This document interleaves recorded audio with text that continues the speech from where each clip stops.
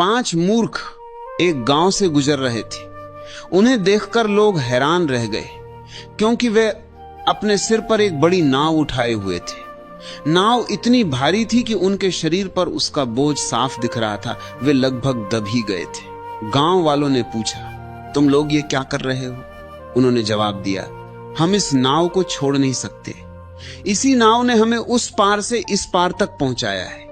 इसके बिना हम शायद जिंदा नहीं बचते।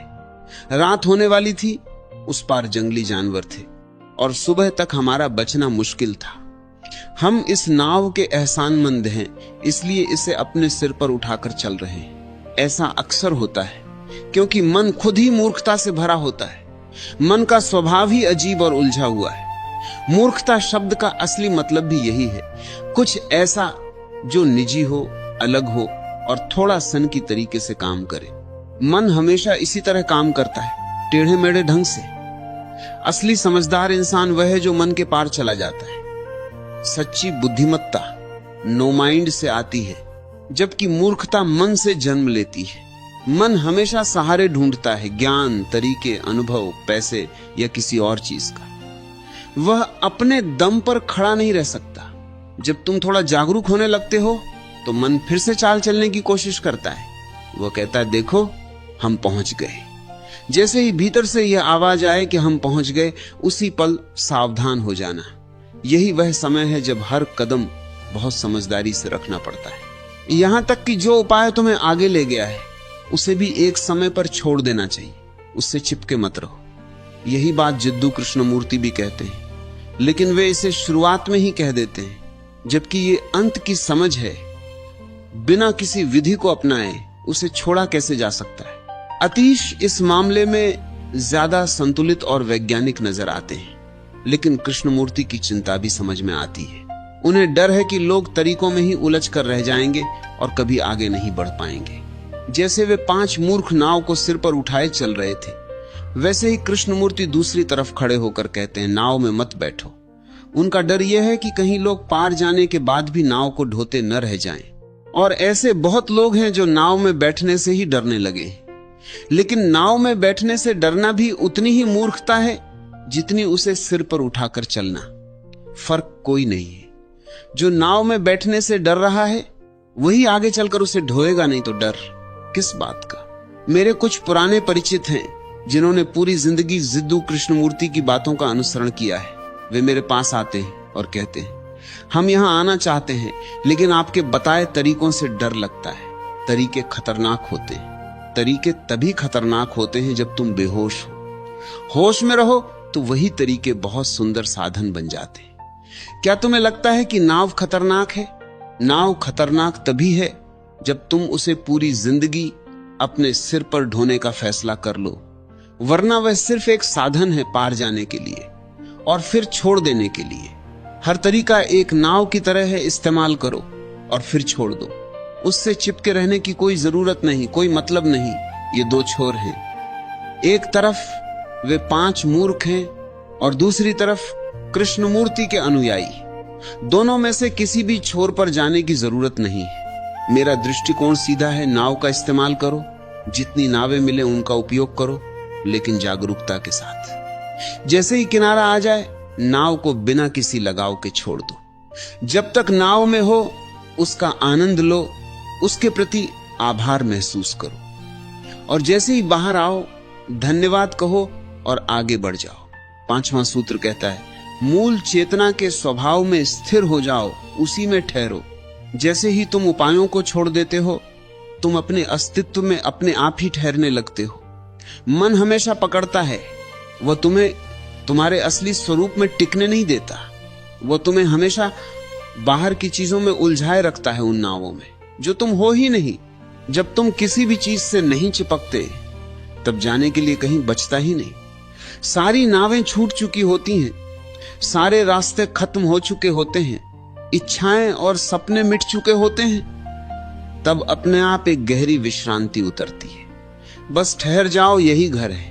मूल चेतना के स्वभाव में स्थिर हो जाओ और जब तुम ठहरते हो तब एक शुद्ध जागरूकता प्रकट होती है, बिना किसी प्रयास के, बिना किसी विधि के।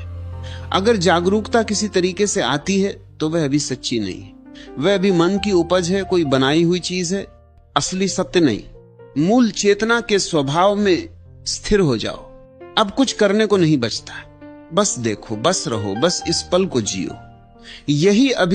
यही यहां कौवों की आवाज और उसके बीच एक गहरी खामोशी, इस शांति को जान लेना ही खुद को जान लेना है। यही समाधि है जैसा पतंजलि ने कहा, यही संबोधि है जैसा गौतम बुद्ध ने बताया, यही बोधिचित्त है जैसा अतीश ने कहा।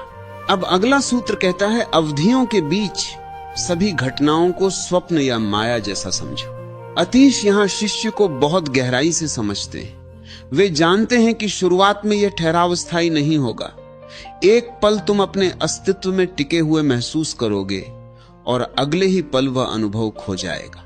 शुरुआत में ऐसा होना स्वाभाविक है। कभी तुम अनजाने और रहस्यमय अनुभव से भर जाओगे और अगले ही पल वह गायब हो जाएगा। एक पल सब कुछ सुगंध से भरा होगा और अगले ही पल तुम उसे ढूंढते रह जाओगे। समझ नहीं आएगा कि वह कहां चला गया। शुरुआत में बस झलकें मिलती हैं, छोटी छोटी क्षण भर की। धीरे धीरे वे गहरी होने लगती हैं, टिकने लगती हैं, बहुत धीरे, बेहद धीरे। एक दिन ऐसा आता है जब वे हमेशा के लिए स्थिर हो जाती हैं, लेकिन उससे पहले उन्हें अंतिम सत्य मान लेना गलती होगी। इसलिए कहा गया है, ध्यान के सत्रों के बीच क्या करना है यह समझना जरूरी है। जब तुम ध्यान में बैठे होते हो तब ये अनुभव आता है, लेकिन फिर चला भी जाता है। तो सवाल है, सत्रों के बीच क्या करना है? सत्रों के बीच सभी घटनाओं को माया या भ्रम की तरह देखो। सत्रों के बीच विधि का सहारा लेते रहो, लेकिन जब ध्यान गहरा हो जाए तब विधि को छोड़ दो। एक क्षण आता है जब जागरूकता पूरी तरह शुद्ध हो जाती है, उसी पल विधि को त्याग दो, उपाय को भूल जाओ, बस ठहर जाओ, बस हो जाओ। लेकिन शुरुआत में यह केवल कुछ पलों के लिए ही होगा। कभी कभी ऐसा होता है जब तुम मुझे सुन रहे होते हो, अचानक एक हल्की हवा के झोंके की तरह तुम किसी और ही दुनिया में पहुंच जाते हो, नो माइंड की अवस्था में। एक पल के लिए तुम्हें महसूस होता है कि तुम जान गए हो, लेकिन बस एक पल के लिए। फिर अचानक अंधेरा लौट आता है, मन वापस आ जाता है अपने सपनों, इच्छाओं और मूर्खताओं के साथ। जैसे एक पल के लिए बादल हटे और तुमने सूरज को देख लिया, फिर बादल वापस आ गए और सब कुछ अंधेरा हो गया। अब यह मानना भी मुश्किल हो जाता है कि सूरज सच में था। जो अनुभव अभी अभी हुआ था वह भी शक के घेरे में आ जाता है। मन कहता है शायद ये सिर्फ कल्पना थी, कोई सपना था।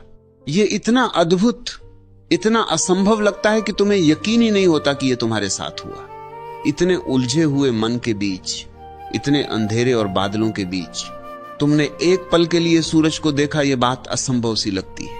इसलिए मन उसे झूठ साबित करने की कोशिश करता है। ऐसे में सत्रों के बीच फिर से शुरुआत करो, फिर से नाव में बैठो, फिर से उसी साधन का उपयोग करो। सत्रों के बीच सभी घटनाओं को माया की तरह देखो। अतीश शिष्य के प्रति बहुत संवेदनशील है, नहीं तो चौथा सूत्र ही अंतिम होता है, या ज्यादा से ज्यादा पांचवा। मूल चेतना के स्वभाव में स्थिर हो जाओ। अगर बोधिधर्म जैसे गुरु होते तो शायद पांचवा सूत्र भी नहीं देते, वे चौथे पर ही बात खत्म कर देते। उपाय को भी अपने आप छूट जाने दो और फिर ठहराव अपने आप आ जाता। लेकिन अतीश अलग है, वे शिष्य की कठिनाइयों को समझते हैं। वे खुद भी शिष्य रह चुके थे। उन्होंने 3 महान गुरुओं के साथ यात्रा की थी। उन्होंने साधना के हर रास्ते को जिया था, इसलिए उन्हें पता था कि रास्ते में कितनी परेशानियां, कितने भ्रम, कितनी बाधाएं आती। इसी समझ के कारण वे कहते हैं, सत्रों के बीच भी सजग रहो, अभ्यास जारी रखो और हर अनुभव को माया की तरह देखते रहो। इन ध्यान के पलों के बीच जब कभी गहरी शांति, खालीपन और निर्मलता का अनुभव होता है, उनके बीच में ये याद रखना है कि सब कुछ एक स्वप्न जैसा है, हर घटना एक भ्रम की तरह है। इस समझ के साथ विधि का उपयोग करते रहो जब तक भीतर का ठहराव स्थायी न हो जाए। अब अगला सूत्र कहता है, जोड़ने, देने और लेने का अभ्यास करो और इसे सांस के सहारे करो। यहां से एक नया आयाम शुरू होता है। यहां तक अतीश अपने पहले गुरु धर्म कीर्ति के साथ थे। इस सूत्र के साथ वे दूसरे गुरु धर्म रक्षित की ओर बढ़ते हैं। अब वे कहते हैं करुणा को जीना शुरू करो, और इसका एक गहरा तरीका है। जब तुम सांस अंदर लो तो ऐसा महसूस करो कि तुम पूरे संसार का दुख, अंधकार, पीड़ा और नकारात्मकता अपने भीतर ले रहे हो। जो भी कहीं भी कष्ट है, अतीत, वर्तमान या भविष्य, उसे अपनी सांस के साथ भीतर आने दो और अपने हृदय में समा जाने दो। पश्चिम के तथाकथित सकारात्मक सोच वाले लोग इसका उल्टा कहते हैं। वे कहते हैं सांस बाहर छोड़ो तो अपना दुख बाहर निकालो, और सांस अंदर लो तो खुशी और सकारात्मकता को भीतर लो। लेकिन अतीश का तरीका बिल्कुल उल्टा है। जब सांस अंदर लो तो सबका दुख अपने भीतर लो। जब सांस बाहर छोड़ो तो अपनी सारी खुशी, शांति और आनंद दुनिया में बांट दो। खुद को पूरी तरह अस्तित्व में उंडेल दो। यही करुणा का मार्ग है, दुख को पी जाना और आशीर्वाद को बहा देना। और अगर तुम इसे सच में करके देखो तो हैरान रह जाओगे। जैसे ही तुम दुनिया का दुख अपने भीतर लेते हो, वो दुख नहीं रह जाता। हृदय तुरंत उसे बदल देता है। हृदय एक परिवर्तन की शक्ति है। वो दुख को आनंद में बदल देता है और फिर वही आनंद तुम बाहर बहाते हो। एक बार तुम्हें यह अनुभव हो जाए कि तुम्हारा हृदय यह चमत्कार कर सकता है तो तुम इसे बार बार करना चाहोगे। इसे आज ही करके देखो। यह बहुत सरल है लेकिन तुरंत असर दिखाता है। यह तरीका गौतम बुद्ध और उनके शिष्यों की परंपरा से आता है। अतीश भी उसी परंपरा का हिस्सा है। बुद्ध बार कहते हैं आओ और खुद देखो। वे अंधविश्वास नहीं सिखाते बल्कि अनुभव पर जोर देते हैं। उनका कहना है मेरी बात पर विश्वास मत करो, पहले उसे जीकर देखो, अनुभव करो। अगर सही लगे तभी स्वीकार करो। इसलिए इस करुणा के अभ्यास को आजमाओ। दूसरों का दुख भीतर लो और अपना आनंद बाहर बहाओ। अगला सूत्र कहता है जोड़ने, देने और लेने का अभ्यास करो सांस के साथ। 3 वस्तुएं, 3 विष और 3 पुण्य के आधार। यहां अतीश एक गहरे आंतरिक रूपांतरण की बात कर रहे हैं। 3 ऐसी चीजें हैं जो या तो जहर बन सकती हैं या फिर अनंत पुण्य का आधार बन सकती है। यह अंदर की रसायन विद्या है जहां जहर अमृत बन सकता है और साधारण धातु सोने में बदल सकती है। ये 3 वस्तुएं क्या हैं? पहली है विरक्ति या द्वेष, दूसरी है आसक्ति और तीसरी है उदासीनता। मन इसी तरह काम करता है। जो चीज तुम्हें पसंद नहीं आती उसके प्रति द्वेष पैदा होता है। जो अच्छी लगती है उससे लगाव हो जाता है, और जो ना अच्छी लगती है ना बुरी, उसके प्रति तुम उदासीन हो जाते हो। इन्हीं तीनों के बीच मन टिका हुआ है। यही मन के 3 स्तंभ हैं, द्वेष, आसक्ति और उदासीनता। और अगर तुम इन्हीं में जीते रहते हो तो ये जहर बन जाते हैं। इसी तरह हमने अपनी जिंदगी को एक नरक बना लिया है। नापसंद, घृणा और विरोध ये तुम्हारे नरक का एक हिस्सा बनाते हैं। लगाव, पकड़ और अधिकार की भावना ये दूसरा हिस्सा है। और जो कुछ तुम्हें ना आकर्षित करता है, न दूर करता है, उसके प्रति तुम्हारी बेपरवाही ये तीसरा हिस्सा है। बस अपने मन को ध्यान से देखो, यही उसका तरीका है। वो हर समय कहता रहता है ये मुझे पसंद है, ये मुझे पसंद नहीं है, और इससे मुझे कोई फर्क नहीं पड़ता। यही उसकी आदत है, यही उसका चक्र है। अतीश कहते हैं यही 3 जहर हैं, लेकिन यही 3 महान गुणों का आधार भी बन सकते हैं। कैसे? अगर तुम करुणा को अपने भीतर लाते हो, अगर तुम ये कला सीख लेते हो कि सांस के साथ दुनिया का सारा दुख अपने भीतर लेना है, तो फिर तुम किसी चीज से नफरत कैसे करोगे, किसी से दूरी कैसे बना पाओगे और उदासीन कैसे रह सकते हो। और जब तुम बिना किसी शर्त के अपना आनंद, अपनी शांति, अपना आशीर्वाद पूरे अस्तित्व में बांटने लगते हो, सिर्फ इंसानों को नहीं बल्कि हर चीज को, पेड़, पौधे, जानवर, पत्थर, पूरा अस्तित्व, तब आसक्ति कैसे बच सकती है?